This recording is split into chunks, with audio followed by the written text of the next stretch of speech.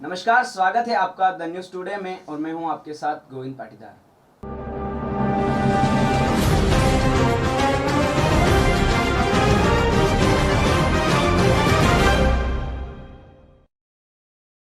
हमारे देश के राष्ट्रपति महामहिम रामनाथ कोविंद का कार्यकाल 24 जुलाई को समाप्त हो रहा है।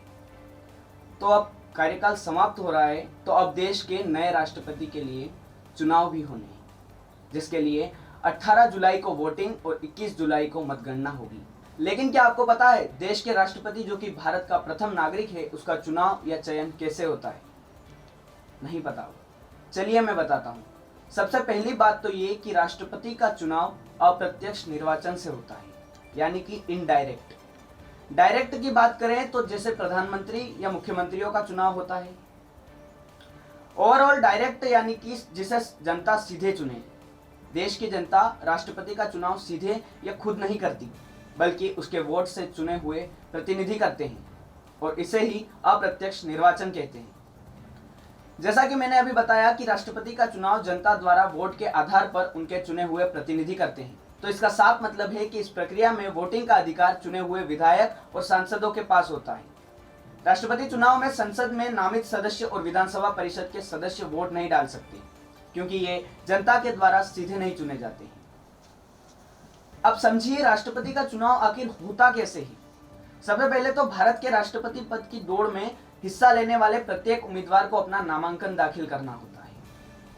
उसके बाद राष्ट्रपति चुनाव लड़ने वाले व्यक्ति को इसके लिए 15,000 रुपए से अधिक जमा करने होते हैं और 50 प्रस्तावकों और 50 समर्थकों की एक हस्ताक्षर की हुई सूची जमा करनी होती है।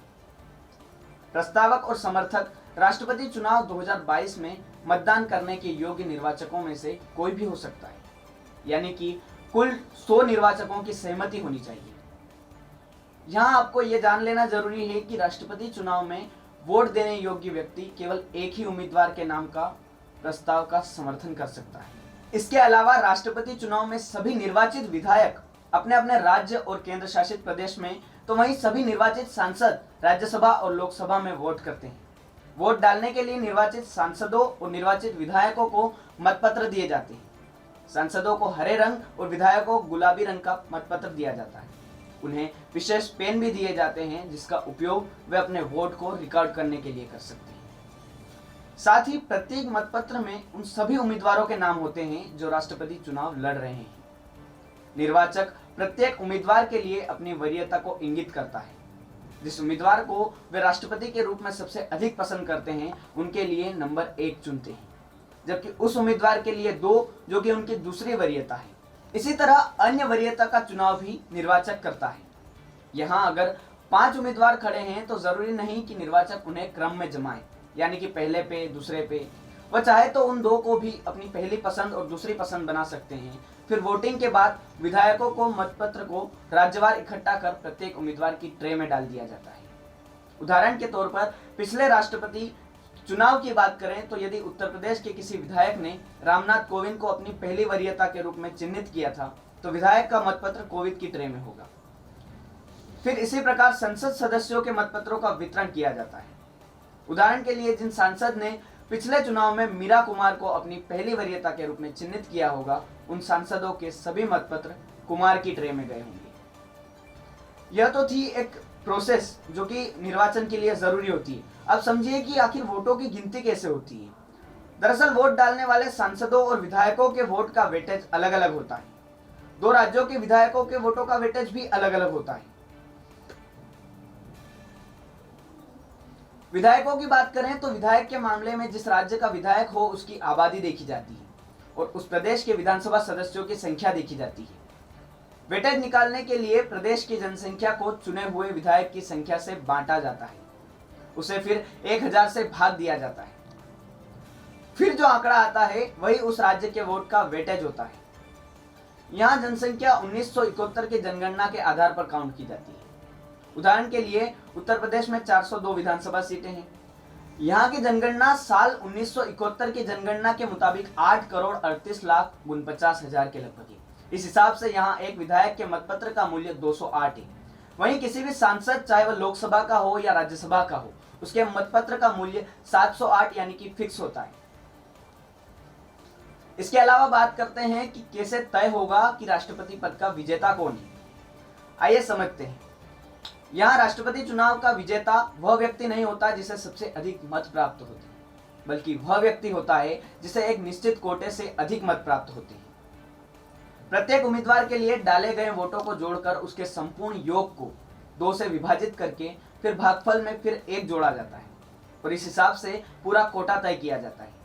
जो उम्मीदवार तय कोटा से अधिक वोट प्राप्त करता है वो विजेता होता है। यदि किसी को कोटे से अधिक वोट नहीं मिलते हैं तो सबसे कम वोट वाले उम्मीदवार को रेस से हटा दिया जाता है और फिर हटाए गए उम्मीदवारों के मतपत्र उन मतपत्रों में दूसरी वरीयता पसंद के आधार पर शेष उम्मीदवारों के बीच बांट दिए जाते हैं। प्रत्येक उम्मीदवार के लिए कुल मतों की गिनती की प्रक्रिया फिर ऐसे ही दोहराई जाती है ताकि यह देखा जा सके कि कोई तय कोटा से ऊपर मत पा सका है या नहीं। और यह प्रक्रिया तब तक जारी रहती है जब तक किसी का वोट कोटा से अधिक तक नहीं पहुंच सकता या जब तक लगातार निष्कासन के बाद सिर्फ एक उम्मीदवार नहीं बच जाता है, तब तक उस व्यक्ति को भारत के राष्ट्रपति पद के विजेता के रूप में घोषित नहीं किया जाता। यानी यहाँ किस्सा कुर्सी का ऐसे होता है कि अंत में एक उम्मीदवार बचना चाहिए। यह तो हुई विजेता और चयन प्रक्रिया की बात, लेकिन भारत के राष्ट्रपति का चुनाव लड़ने के लिए उम्मीदवार द्वारा आवश्यक योग्यताएं क्या होती है। दरअसल हमारे संविधान के अनुच्छेद 58 द्वारा एक उम्मीदवार को राष्ट्रपति के पद का चुनाव लड़ने के लिए कुछ शर्तों को पूरा करना अनिवार्य है। जैसे उम्मीदवार भारत का नागरिक होना चाहिए, उम्मीदवार 35 वर्ष की आयु पूरी करनी चाहिए, वह लोकसभा का सदस्य बनने के योग्य होना चाहिए।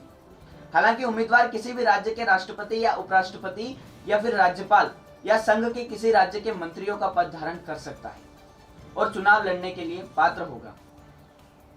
तो यह थी राष्ट्रपति चुनाव की पूरी प्रक्रिया। इसके अलावा राष्ट्रपति चुनाव में भाजपा, कांग्रेस और अन्य दलों के बीच किस प्रकार की टक्कर होगी, देश को अगला राष्ट्रपति कैसे मिलेगा, इन तमाम विषयों पर बात करेंगे अगले वीडियो में। तब तक के लिए देखते रहिए द न्यूज़ टुडे। धन्यवाद।